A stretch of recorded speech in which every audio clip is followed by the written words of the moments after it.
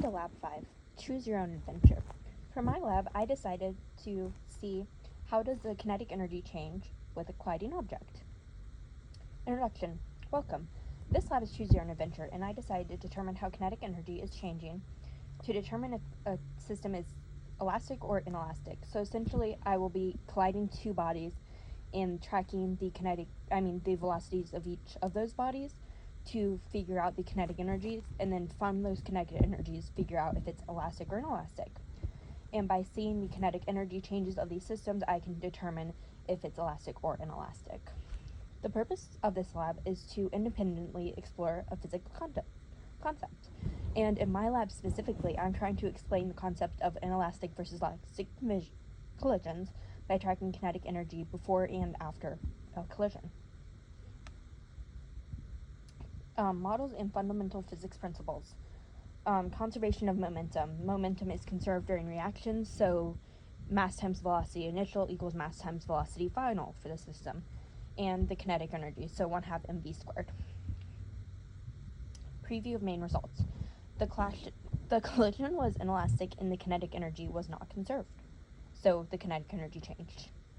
Main physics ideas, again, conservation of momentum, kinetic energy, and then explaining inelastic versus elastic. An inelastic reaction, kinetic energy is not conserved, and for an elastic reaction, kinetic energy is conserved. So for an elastic reaction, the change in kinetic energy would be 0, versus inelastic, you would get a number value that's not 0. System and surroundings. My system is both of my dry eraser blocks, and my surroundings is everything else. Initial conditions for my experiment. So for the first dry eraser, like the dry erase block, the mass was 0.05 kilograms, and the velocity was 1.35 meters per second, and that was found using data points like right before the collision. So it's like an estimate, but it's a very close estimate. And then for the second block, because it started at rest, the mass was 0.05 kilograms, just like the first one, and the velocity was 0.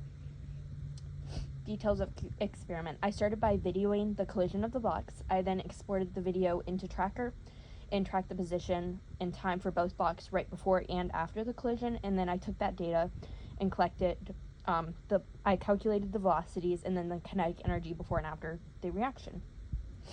Here's the video. On the left, you can see before the collision, so the first block is moving towards the resting block, and then the second picture is the after, so the first block being at 0 velocity and the second block moving fast after.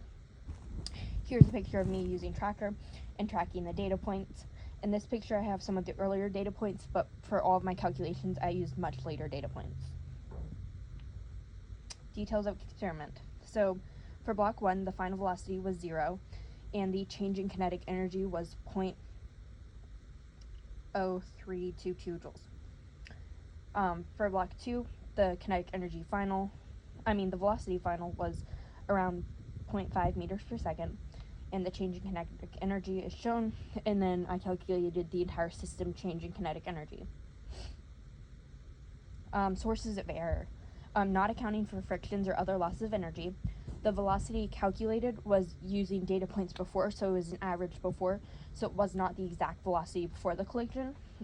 Human error in all of my points, and the velocity not being fully straight in the horizontal direction. So like when we were taking the video, the block kind of moved like straight towards the other block and directionally, so we didn't account for that directional change too. What if and what does it mean? For my what if question, it was, what if the blocks stayed together after the collision? So then the collision would be maximally inelastic, and some of the calculations would change because you would change how you're calculating before and after kinetic energy. What does it mean? Is the conservation of momentum satisfied? No, based on our calculations of mass times velocity. It's due to timing calculations and potential error.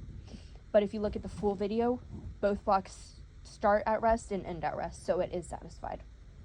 Conclusion, the collision was inelastic, kinetic energy was not conserved, and the system lost that much kinetic energy to the surroundings. Thank you for watching.